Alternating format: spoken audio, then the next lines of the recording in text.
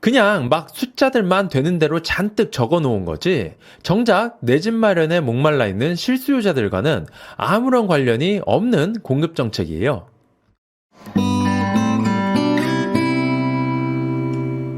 9월 7일 오늘 드디어 부동산 추가 대책이 떴습니다. 627 대책 이후로 딱 2달하고도 일주일이 지났네요. 2030년까지 135만 호를 착공하겠다는 공급 대책과 토어제 지정, LTV 축소 등 규제 대책에 대한 내용이네요. 규제를 빡세게 걸어서 일단 급한 불을 끄고 공급을 때려박아서 시장을 안정화시키겠다는 건데, 정말 정석적이고 이상적인 정책입니다. 규제 정책과 공급 정책을 다 아우르고 있다 보니까 이번 정책은 내용이 좀 많아요. 그래서 시청자분들 보시기 편하시라고 이번에는 영상을 2개로 나눠서 제작해 봤습니다.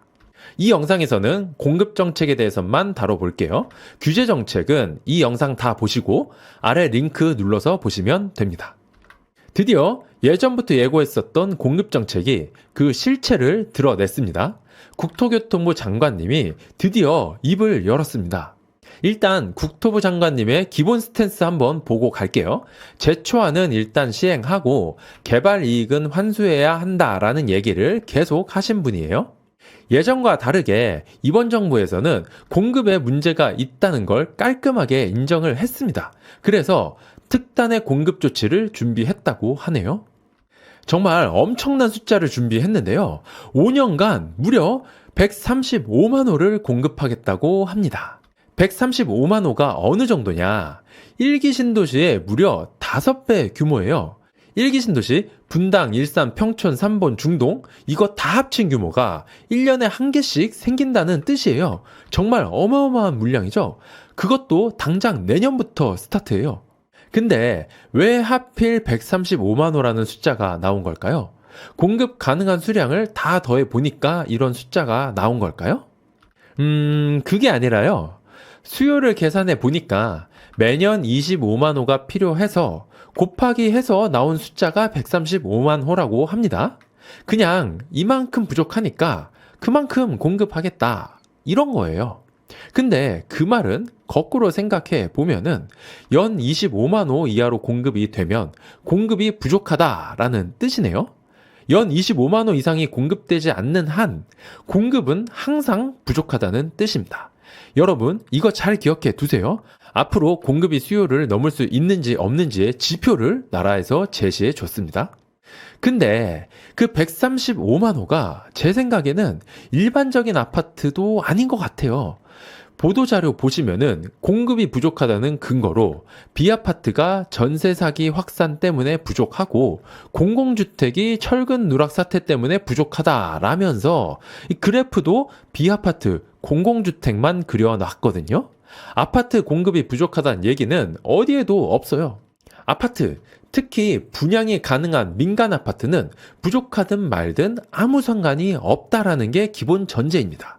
이미 국토부 차관도 취임사에서 청년 임대주택을 확대하겠다라고 선언을 했었죠. 이런 거를 차곡차곡 쌓아서 무지개떡을 만들어서 공급하겠다라는 건데, 뭐 숫자 하나는 진짜 확실하게 뻥튀기 되겠네요. 그리고 또 중요한 게 있습니다.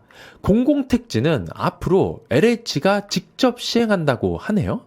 한마디로 분양 안 하고 다 임대주택으로 돌리겠다는 건데, 이 절망적인 상황에서 그나마 유일하게 믿고 있었던 게 3기 신도시였었거든요. 근데 이거를 전량 다 임대로만 공급한다고 하네요. 3기 신도시 분양 노리고 계시던 분들이 많을 텐데 빨리 전략 수정하셔야 됩니다. 다음은 노후 공공청사 복합개발이에요. 이거 대체 몇 번을 우려먹는 건지 모르겠는데, 그거 아시죠? 주민센터 위에 5평짜리 무지개떡 쌓으면 주민센터 하나당 200세대씩 공급이 가능하다는 거. 무려 등세권을 누리면서 살 수 있다는 거. 이것도 2017년도부터 계속 나오던 말이고 지난 8년 동안 딱 2곳이 진행됐죠. 뭐 이번 정부에서 더 드라이브를 걸겠다는 거긴 한데, 이런 5평짜리 무지개떡을 공급하는 게 방삼 화이 아파트 집값을 어떻게 잡을 수 있다는 건지는 모르겠어요. 유휴부지 또 나왔습니다. 진짜 구석구석 바닥까지 싹싹 긁어서 나왔어요. 4,000세대를 추가해 왔습니다. 지난달 8월 12일 공급 대책 때 고작 900호밖에 안 되는 걸로 생색을 냈다고 욕을 좀 드셔서 그런지 좀 모아 오시긴 하셨는데 너무 큰 기대는 하지 마세요. 전부 다 청년 신혼부부용입니다. 공급에서 청년 신혼부부 붙으면 다 원룸 투룸이에요. 자, 이제는 철도역까지 활용한다고 하네요. 여러분, 이거 농담이 아닙니다. 기찻길 옆 오막살이가 현실이 되는 거예요. 근데 여러분, 무슨 소리 안 들리세요? 진짜 이 나라에서 청년이라는 건 도대체 어떤 의미를 가지는 걸까요? 청년, 신혼, 행복, 희망 이런 단어가 언제부터 절망, 불행, 고통을 상징하게 된 걸까요? 정말 안타깝습니다. 이런 정책 낸 사람들, 자기 자녀는 이런 곳에서 살게 하고 싶으신가요? 정말 묻고 싶습니다. 자, 다음 재개발, 재건축. 오, 이거 간만에 좀 의미 있는 거 나오나요? 사실 다들 이미 답은 알고 있잖아요. 서울은 재건축, 재개발 아니면 신규 공급을 할 수가 없다는 거. 이걸 활성화시키지 않으면 서울은 영원히 신규 공급이 부족하다는 거.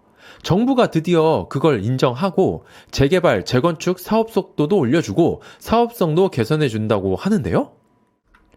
네, 재개발은 재개발인데 공공재개발이라고 하네요. 민간 재건축 얘기가 아닙니다. 공공재개발이면 일반 분양이 아니라 거의 다 임대라고 생각하시면 됩니다. 지금 공급 계획들이라고 나오는 것들이 다 너무 오래 걸리는 것들이죠. 집이란 게 빵 굽듯이 팍팍 찍어낼 수는 없는 거잖아요. 당장 내년부터 해마다 27만 호를 뽑아내야 되는데 일단 단기적인 긴급 수혈이 필요하겠죠? 맨날 하던 얘기 드립니다. 신축 매입 임대, 업무시설 활용, 모듈러 주택, 기금 지원, 민간 임대 확대. 근데 모듈러? 이거는 뭐죠? 맨날 나오던 얘기랑 다르게 이거는 좀 신선한데요? 모듈러 주택이라는 게 공사 기간이 짧아서 신속한 공급이 가능한 최신 공법이라고 하거든요. 그래서 이걸 확대 공급하기 위해서 모듈러 특별법까지 만들 거라고 합니다. 도대체 모듈러 주택이 뭔데? 사진을 한번 보시면은 이런 건가요? 근데 어쨌든 135만 세대든 모듈러든 공급을 하려면 돈이 있어야 하는데 시작하기도 전에 이미 돈이 다 떨어져서 임대주택 공사가 올스톱 됐답니다. 전세 사기 보증금 빼준다고 주택도시기금을 다 썼답니다. 그래서 공공주택 지을 돈이 없대요. 자, 그러면 공급 정책들 다시 정리해 볼게요. 첫 번째, 기본적으로 135만 세대 공급의 대부분이 임대주택이 될 거라는 겁니다. LH가 직접 시행하고 신축 매입 임대하고 근데 그마저도 일반적인 방삼 하위 아파트가 아니라 5평, 7평 이런 거 무지개떡처럼 쌓여있는 공급이 될 겁니다. 두 번째, 진짜 이제는 공급할 방법이 없으니까 마른 수건까지 쥐어 짜내고 있다는 생각이 들어요. 대책들의 상당 부분이 지난달에 발표했었던 8월 12일 대책의 재탕이고 맨날 하는 얘기인 공공청사, 유유부지, 학교, 철도역 이런 거 복합개발한다 하고 이제는 모듈러? 컨테이너 박스 아닌가? 이런 것까지 공급하겠다고 합니다. 그리고 그마저도 예산에 대한 대책은 전혀 없어요. 지금도 다 빵꾸 나서 임대주택 건설이 올스톱 됐다는데 135만 원은 도대체 무슨 돈으로 지으려는 걸까요? 지금 공급정책이라고 내놓는 것들 하나하나 뜯어보면 실수요자가 원하는 그런 평범한 방삼 하위 내 집 마련하는 것과는 아무런 상관이 없는 공급만 수십 페이지를 늘어놓고 있습니다. 근데 이거는 다들 어느 정도 예상을 했었던 거예요. 공급이라는 건 향후 3, 4년의 미래는 이미 정해져 있는 거나 마찬가지거든요. 이 동영상에서는 공급과 관련된 내용만 다뤘고 규제와 관련된 내용은 다음 영상에서 다루겠지만 규제와 공급 모든 측면에서 정말 별거 없는 내용들밖에 없었습니다. 이러면 정부 대책을 믿고 시장 안정을 기다리던 잠재 수요자들은 실망하게 될 테고 결국에는 거주지에 대한 불안 심리만 자극하게 되는 거거든요. 부동산은 심리가 정말 중요한데 이런 실망스러운 정책만 나오게 된다면 사람들은 조바심이 나서 내 집 마련을 서두르게 될 수밖에 없을 겁니다. 특히 서울에서는 더더욱 그럴 거고요. 이 영상을 시청하시는 분들 중에 서울이나 수도권에 내 집 마련을 고민하고 계신 분들이 있으시다면 그 계획을 좀 더 빨리 실행하시기를 추천드립니다. 당장 이번 주말부터 움직이셔야 합니다. 감사합니다.